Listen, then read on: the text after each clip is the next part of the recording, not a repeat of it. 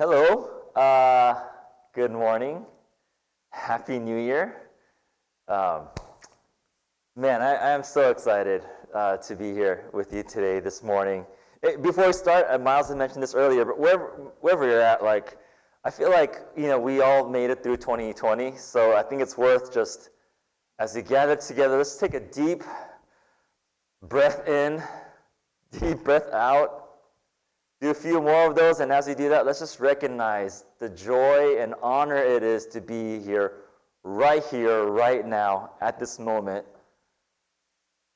Because, we made it. We made it through 2020, like that crap of a year. Remember that? Like, it's over. It's like in the rearview mirror, and here we are. We get to be here on the first Sunday of 2021 with our fellow brothers and sisters of Christ. We get to worship together, seek Him together. We get to honor one another, enjoy each other's presence. We get to love, encourage, build each other up just by us gathering. Think about this, just by us being here together, we're getting a chance to live up to what the Scripture calls us to be. What a holy joy and honor and privilege is this, that we get to do church together, that we get to be church together. So by any means, these are not have 2 days for me. These are get 2 days. I get to be here with you, and it's even more meaningful now to say that as lead pastor, and which is so trippy. And Ryan and I were talking about this and processing together, and I remember a couple years ago, 3 years ago, I don't know, it's been a blur. But I remember feeling when Elements first merged with One Life, I remember thinking oh shoot, I get to be on staff at One Life, and never would I imagine this happening, especially after a year like 2020, and this is a get-to day for me. This is a get-to moment for me. So I'm so honored and privileged to be here with you. But, let's be real. Let's be real about this too, because we got our work cut out for us this year, right? In 2021, primarily, we're still very much so in the middle of this pandemic, right? Most likely we're going to be carrying the marks of 2020 for years, perhaps decades to come. And I don't know about you, but maybe you felt this tension, on New Year's Eve. I'm definitely celebrating the fact that 2020 is over, but at the same time, I'm I can't help but to feel we're still in it. I'm still in it. You know what I mean? And so with that, so it's kind of in light of that where our vision for 2021 comes from, which is to care, repair, and presence. We'll continue to unpack this in the weeks and months to come, but as a primer, I want, one verse that came to mind was Psalm 34:18, which says this: "The Lord is close to the brokenhearted and saves those who are crushed in spirit." The Lord is close to the brokenhearted and saves those who are crushed in spirit. What stands out to me about this verse is the intimacy and proactiveness of God. He just doesn't listen from a distance, about look at all the humanity, they're broken, they're in their brokenness and they're crushed in spirit. But instead, what we see here is that God is not only present in the brokenness, but He is proactive in our brokenness. He is intimately close and intimately engaged in our brokenness. He takes action and does something about it, and that is the core of what it means to care, repair, and presence. So what does that look like for our church? And by church, I mean I really mean you and me. So what does that look like for you and me to join the work of God in this season where so many of us and around us are brokenhearted and crushed in spirit? And that will be the primary question that we'll be asking ourselves in this season that will drive our vision and action forward. Because I believe right now more than ever, we need the church to be the church. The church just needs to live up to what it's called up to live up to. Because I think with everything that went down in 2020 and this whole pandemic stuff, like the world even more so, like social unrest, like the world even more so is desperate to see what the church could really be. And I think one of the reasons why people are calling out on our BS is because the church is desperate for it. Look, the people, like our world wants to see a place where people are received and cared for. A place where people can begin to see and experience a restoration and repair in areas previously thought not possible. A place where the presence of God is manifested by the people of God, where a group of people are rooted in the Word, led by the Spirit, in motion with mission, meaning not idle and not being passive, all the while doing life together as a community of ministers, ministering together and to one another. So actually, care, repair, and presence, if you think about it, this is not a new vision for One Life. This is not like we're not making something brand new like for 2020. Like really what it is we're asking the church, you and I, to mature in our ethos and praxis. We're calling to maturity in our ethos and praxis. And it's kind of like how Philippians 3 reminds us how that, like we are living up to what we have already obtained and pressing on toward the goal. That's what this year is about. And so, for the remainder of our time, we'll have other pastors share and other staff members share their vision for 2021. And as we do that, my encouragement to each of you here tuning in, whether on Zoom or Facebook, whether you're in California, Fullerton, another city, or Colorado, or Ohio, which is nuts, wherever you're at, my encouragement to you is to see if any words, or phrases come to mind, because that just might be the little ways that the Holy Spirit is nudging in you today to receive this vision and to move toward with action. So let's be attentive to the Spirit. And so with that, I want to invite our executive pastor, Jay Wu. Elliot, that was so good, man. Thank you so much for sharing that word. I think you hit on so many things that just rings, true in my heart. So, you guys hear me? Okay. And yeah, so one of the things I got to spend a little time yesterday just in reflection and looking back on 2020, the single phrase or the single word that kind of captures the thing was turmoil, right? And I think out of all the stuff that was happening, kind of to diagnose what 2020 was like, it was a year of turmoil, for a lot of us, externally and then also internally. And so the result of that really, is even so. The reflection too is to kind of take it what 2020 was like, right? To absorb what was good about it, to let and release what was negative about it, and to start a new year fresh. And though for me, there's new hope as we start 2021, the reality that some of the hurt that some of us have carried, that hasn't changed. Although there's new hope, the hurt is still present too. And so I look at it too as where, 2020 was this collective loss. But the reality too that the loss that we all experienced, the stress of it was experienced very differently for each person and for each family. And so as we start this year, we're still in the pandemic. Things are still nuts, right? And I think what's happened to many, many churches, many communities, is that communities have become fragmented. And even still, as we progress on, there's going to be tension that we have to work through. There's going to be some tough conversations. Do we vaccinate? Do we not vaccinate? Do we continue with masks? Do we not continue with masks? Like there's all that. There's still some really tough decisions. And so as Elliot mentioned, we're looking at care, repair through the means of presence. And with our leadership team and our pastoral staff, we've broken down some very key points of what we need to press into this year as leadership. One of those areas is pastoral care.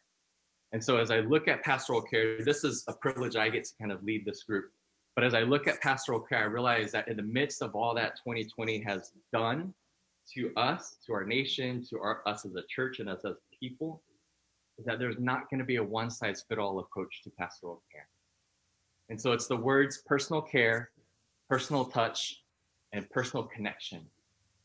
These three are the kind of the, if you will, the values and the means of how we're going to approach really reaching out and connecting with our church and beyond.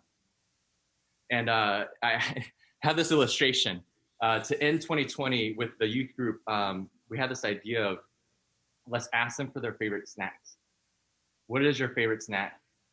So Emily Kyle, she busted her butt, went out and bought 7 different people's snacks, from Sara Lee's pound cake to Takis to Skittles, and we packaged them and we delivered them to each youth. And then we had a Zoom where we just open it up, say, hey, grab one snack and eat it, enjoy it. And we're on Zoom just enjoying our favorite snacks together. So I'm not saying that we're going to go full gluttony in 2021, but that gives us an idea of what it means to do personal care, personal touch, and personal connection. And so as we press into 2021, we're going to have to fill in and give out through our benevolence fund. Some of us are going to have a deep need for just financial help. So our benevolence fund is going to be a piece. We're going to have continue with our small groups. We're going to continue with our mustard groups. We're going to support that. Each of the pastors and our leadership team are going to, throughout the year, we're going to run through the list of our church members, and then we're just going to do the personal reach.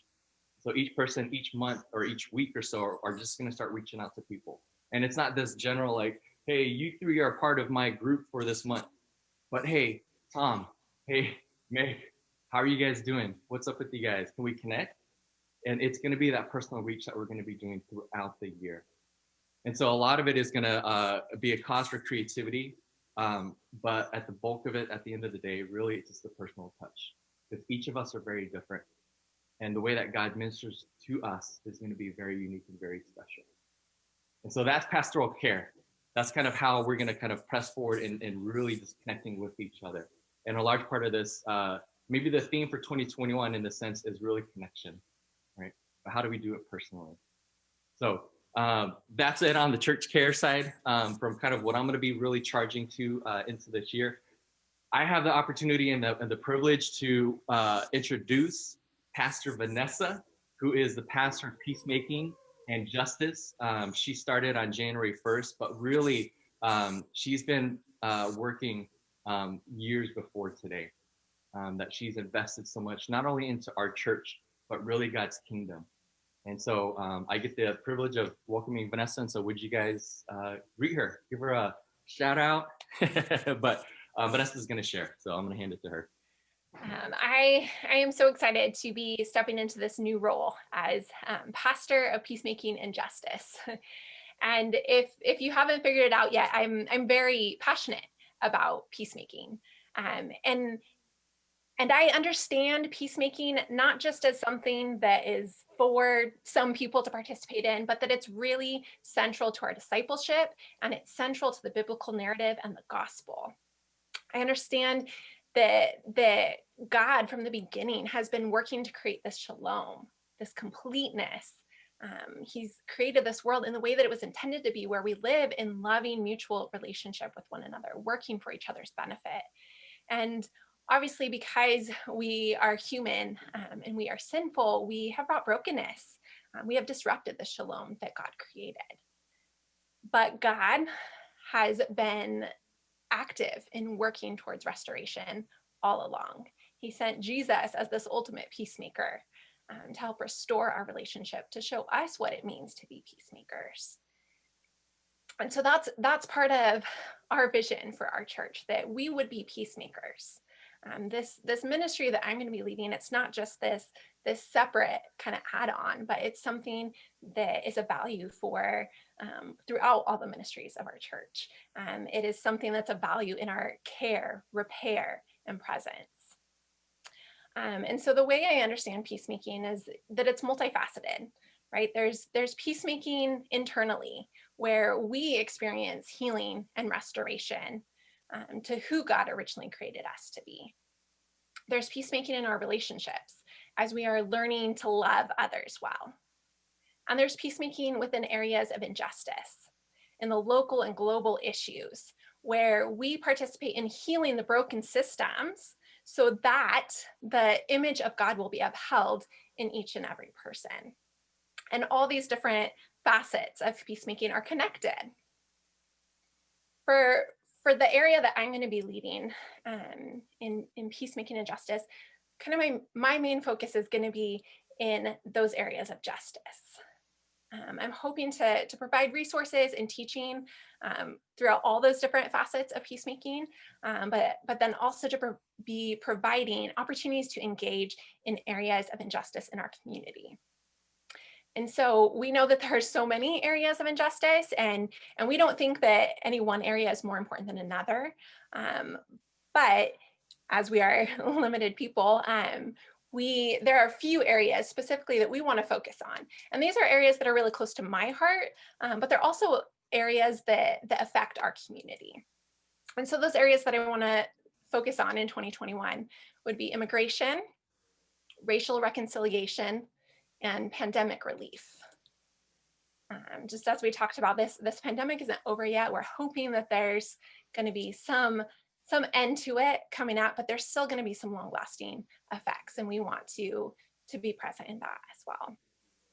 And so I'm really grateful that we already have a lot of wonderful partnerships, some organizations that I am hoping to partner with, so that we can join in with some of the things that are already going on in our community and help to build upon those things. So some of those organizations would be Solidarity and Hoya, Fullerton Act, Global Immersion, and Placentia Presbyterian Church. So those are some of the relationships that I'm kind of planning to start with to see how we can continue to engage. So I'm so excited, as I said, just to step into this role and to join in with giving us resources and teaching and opportunities to engage. And the idea is not just that we engage in these areas, but I want us to be equipped to engage in peacemaking in our personal lives and in the areas that God puts on each one of our hearts. So I'm excited for all of us to join in that together. And now I'm going to pass it on to Emily, who's going to be sharing her vision for our children's and youth ministry in 2021. So I am excited to share a few updates about children's ministry and just my vision for this next year. I remember when I first started at One Life, the thing that I loved the most was being with the kids on Sundays in the classroom, worshiping with them, playing with them, and just connecting with them one-on-one. And that's something that I've really missed during this pandemic and this season of meeting online. And so kind of during our reflection and talk with the pastors, I just shared that I have a deep heart for discipleship with the kids of our church, the kids and the youth. And that is really what I feel like God is calling me to step into more. So instead of doing a bunch of work on the back end for children's ministry, for just trying to get out emails and packets, I know you guys have so much to shuffle through with emails coming in about schooling and all of that. I want to give resources that are practical and useful, but then also spend a lot of my time actually connecting with each of you personally, with not only your kids, but your families. And my hope is that through that, I would grow deeper relationships with them. And also that I would be able to share Christ in a more deep and meaningful way. And so a lot of my hours will be spent connecting with you guys each week, you and your kids. So it could be through FaceTime or a socially distanced drive-by or Marco Polo, or I'll kind of be reaching out to see what works best for you guys. But I'm super excited just to continue building those deep relationships so that when we meet together again in person, we have just a solid foundation for us to build upon. So I'm super excited for that. And then Also, Jay, as Jay kind of steps more into pastoral care for each of you, I'll be taking on the newsletter so that he kind of has the time and space to do that. So I'm excited about that too, and excited for what this new year has to bring, and excited to just really walk with you all through this more intentionally, as opposed to just giving you resources and not really connecting with you. So yeah, I'm really excited and super stoked about what this new year will bring in the future of our church. So I'm going to pass it on to Pastor Dave, who is going to close us out today. Wonderful. Thank you, Emily. And thank you to all the other pastors. I'm super stoked, super excited about what the Lord has placed on all of your hearts for our church this coming year, and looking forward to your leadership. And I don't know if you guys have noticed this, but every single one of our pastors in our church, you can see in their heart this value for the ministry of presence, you know, and we've kind of discovered along the way that even though we all have like this pastoral heart where we want to spend time with people and invest in people and be with people, it just feels like it's almost as if, like, you know, doing the ministry work leads us into anything but relationship and anything but time with each other. And what we're trying to do as we are reorganizing, as we're rethinking and reshaping roles and creating new roles, is for us to find ways for us to persist and be stubborn and persevere in preserving the central calling of a pastor, which is to shepherd souls. And you can't shepherd souls without actually spending time with people face to face or over Zoom for now. And that's what and this is going to apply to every single one of us, every single pastor, and also what we hope for every single leader and every single member in our church. And all of this fits within my heart when it comes to spiritual formation and discipleship at our church. As you guys all know, spiritual formation refers to the process that we walk through, the journey that we embark on as Christians, as we become more and more formed and shaped into the likeness of Christ, into the likeness of Christ's character, embodying and living out his love for God as well as for neighbor, broadly defined, and also growing in greater relational intimacy with him. And if there's just one thing about that I'm learning about formation, and I'm still learning, and there's so much to learn, both personally as well as through my studies and through research on formation, is that first and foremost, formation is slow cooked. Formation is slow cooked. There isn't this gimmick that we can follow that allows us to take the shortcut straight into the end stages of formation. There isn't this 5-week plan that we can follow that can, you know, where we can just perfectly form ourselves. There isn't this golden ticket or secret password that we can use to just skip the entire process. Granted, there are going to be moments where God just shows up in miraculous ways, and those are fantastic, and he might change us in a moment's notice. But even with those moments, and I've experienced them before, and they're wonderful gifts of grace. But even so, what I would still say is that most of the formation process is really more about consistency over a long period of time. Eugene Peterson described Christian discipleship as a long obedience in the same direction. Formation is also holistic, so it's not just about knowledge and teaching. It's also about relational modeling. Some of us like to say that formation is caught as much as it is taught. So it's not just sufficient for us to only teach about it, although that's still helpful, but formation also needs to be caught.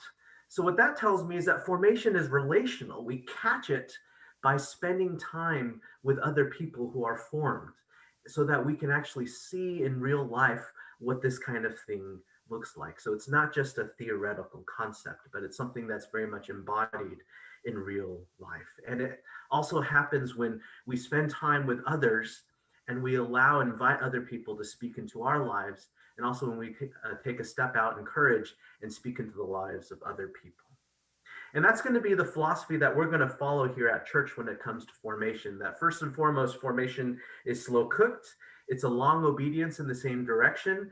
Formation is relational. It is caught as much as it is taught, which brings me to the final thought that I have with you for you this morning, is that when we put these two insights together, that formation is slow cooked, that formation is relational, I'm coming to this conclusion as well, that formation requires commitment.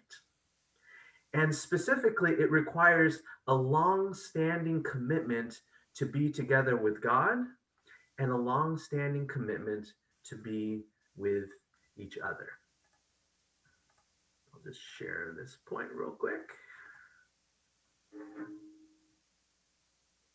That formation is slow cooked, formation is relational, and formation requires commitment.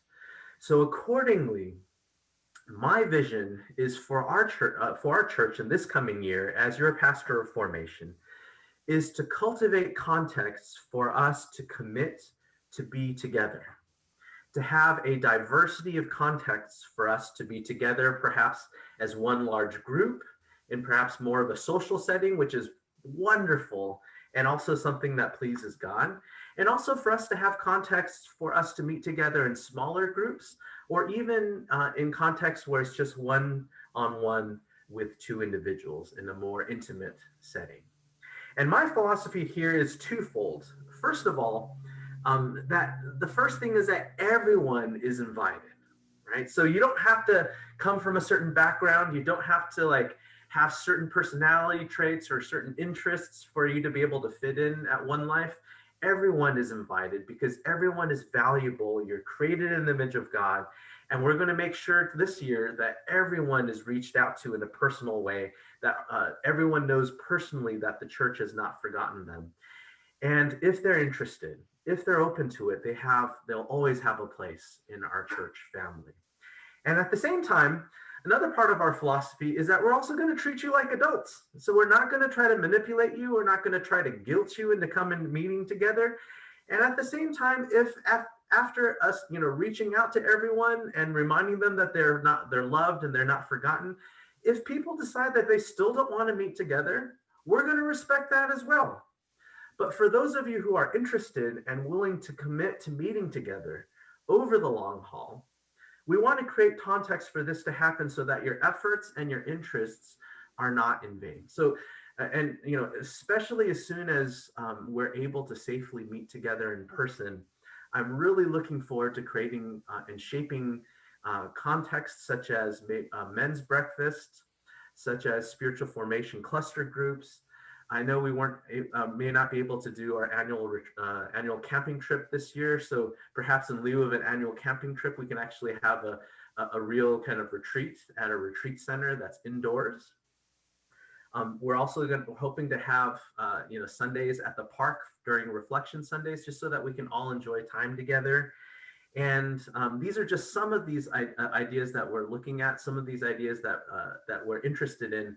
And of course, we're open to more. And if there's any additional ideas, feel free to bring them up and share with the rest of us. And we'd love to kind of give all of them a go. So what I'd like to do right now is that, we've all heard a vision in the hearts of all our pastors for this coming year.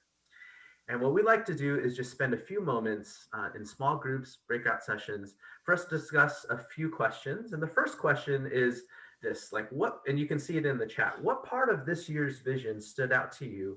Were there specific phrases or ideas that, say, Elliot or Jay or Emily or Vanessa or myself spoke on that really kind of resonated in your heart, really got your juices cooking and got something kind of came alive when you shared that? We'd love to hear that and get a sense of it.